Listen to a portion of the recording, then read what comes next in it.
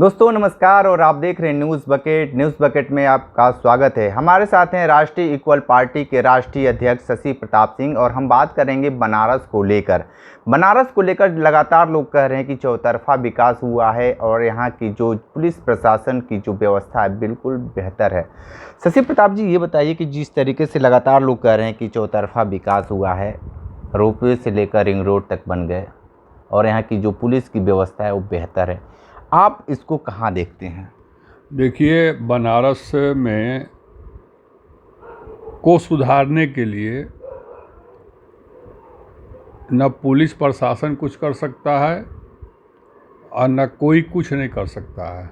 Police प्रशासन केवल बेवकूफ़ बना सकता है हमको, आपको, टोटो वाला को, टेम्पू वाला को, बस वाला को, रिक्शा वाला को, आम आदमी को। और जहाँ तक विकास का ढिंढोरा पीटने की बात है तो विकास का पैमाना बेरोजगारी से शुरू होता है। शहर का विकास, शहर का सुंदरीकरण ही विकास नहीं होता। विकास, हर आदमी का विकास घर से निकलता है। जब घर में रोजगार रहेगा, बेरोजगार नहीं रहेगा, बेरोजगारी कम होगी, रोजगार बढ़ेगा, विकास अपने आप हो जाएगा।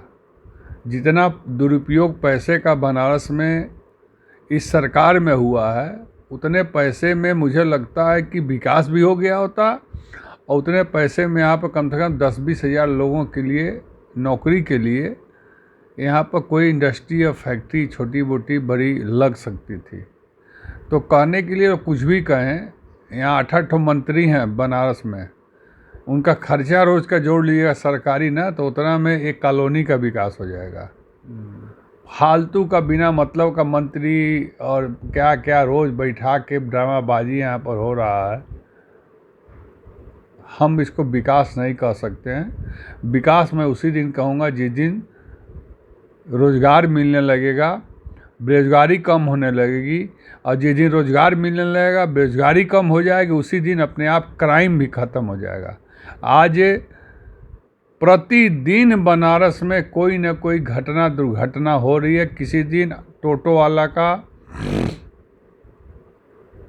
फांसी लगा के मर जा रहा है या कूद के मर जा रहा है कि हम किस्त न जमा कर पा रहे हैं। किसी दिन कोई किसी को गोली मार दे रहा है, कोई किसी को मार के फेंक दे रहा है। अभी आपने देखा होगा चंदमारी में घटना घटी, उसके पहले एक टोटो वाला आदमी आत्महत्या कर लिया। अभी कल रात की बात है कि हमारे नेशनल इक्वल पार्टी के प्रदेश अध्यक्ष रामबच्चन यादव जी के लड़का, एक छोटा सा व्यवसाय है, उसकी तगादा करके लौट रहा था, भोजी भी चौराहे पर रोक के और उसको मारा पीटा गया। अब मारने पीटने का उद्देश्य क्या रहा? पैसा छीनना, गाड़ी छीनना, चैन छीनना, क्या रहा? ये घटना कल घट गई। उसकी तहरीर हम लोगों ने अर्दली बाजार चौकी पर दिया है। तो विकास कह देने से, मुंह से नहीं होता है।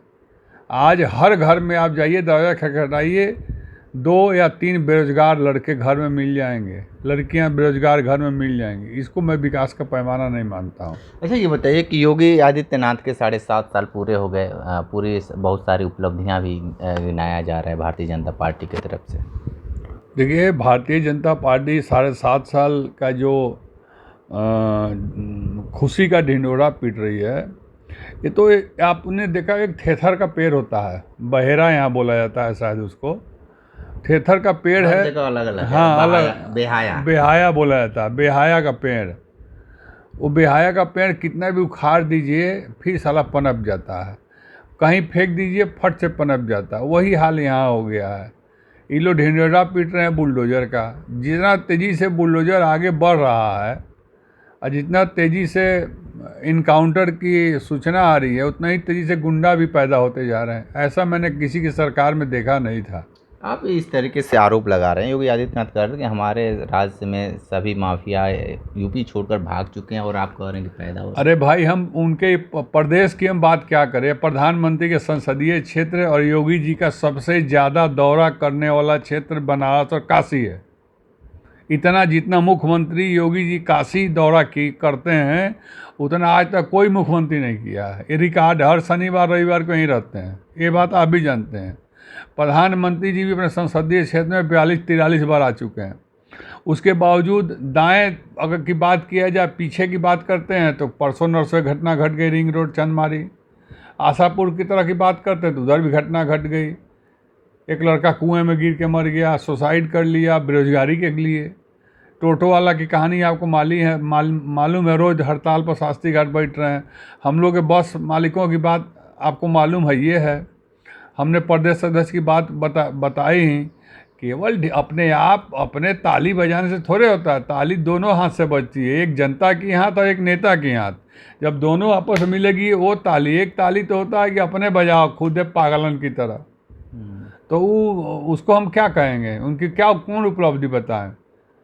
योगी जी अच्छे हैं, अगर कहते हैं कि योगी जी अच्छे हैं, हम भी कह रहे हैं कि हर योगी अच्छा होता है, योगी जी भी अच्छे हैं, लेकिन उनकी कार्य प्रणाली और उनके देख रेख में कार्य करने वाले लोग, काम करने वाले लोग, वो भी तो अच्छा होना चाहिए, तब ना हम समझेंगे सरकार अच्छा है, सरकार अपने उपलब्धि गिना रही है, सरकार ने ये किया वो किया। और आप भी कह रहे हैं कि फलानवा लग गया तो ढेकानवा लग गया तो वो झूला लग रहा है तो एयरपोर्ट बढ़ रहा है।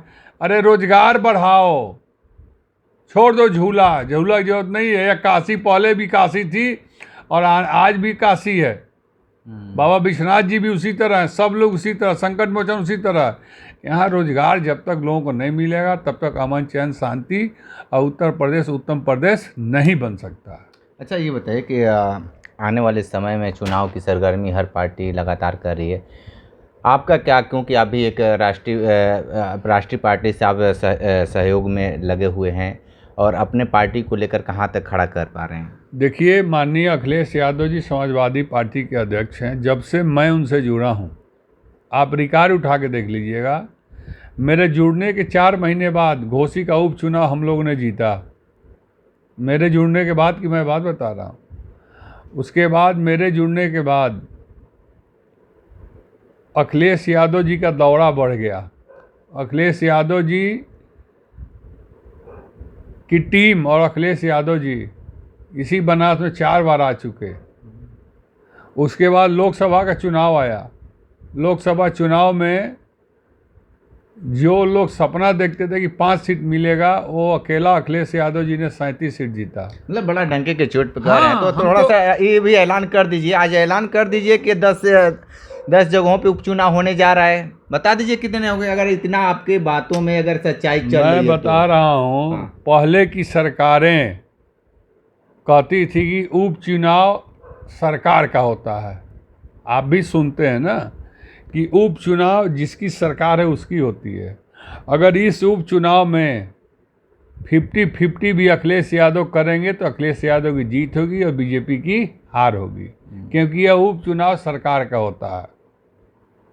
तो मैं आपको दावे के साथ कहता हूं कि वोट से लेकर और सीट से लेकर बीजेपी से अधिक रहेगा। जिस तरह लोकसभा में बीजेपी से अधिक रहा है, उसी तरह इसमें बीजेपी से अधिक रहेगा। इस मेरा एकदम 100%। और ये भी बता दें, जो रवैया अभी चल रहा है बीजेपी का, इस बार तो लोकसभा में हाफ हुए हैं ना, यहाँ पर यूपी में।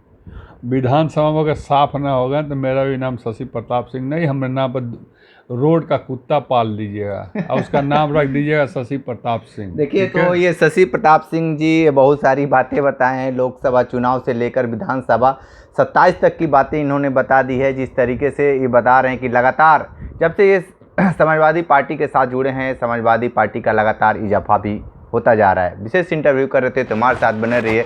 न्यूज़ बकेट के साथ हमें दीजिए इजाजत, नमस्कार। पेश है न्यूज़ बकेट हिंदी मासिक पत्रिका। पढ़ें इस महीने की पूरी खबर विस्तार से हमारे न्यूज़ बकेट की मैगजीन में। हमारी ई मैगजीन को मुफ्त में पढ़ने के लिए अभी लॉगिन करें www.newsbucket.in पर। इसके अलावा रोज की ताज़ा खबरों के लिए हमारे YouTube चैनल को तुरंत सब्सक्राइब करें।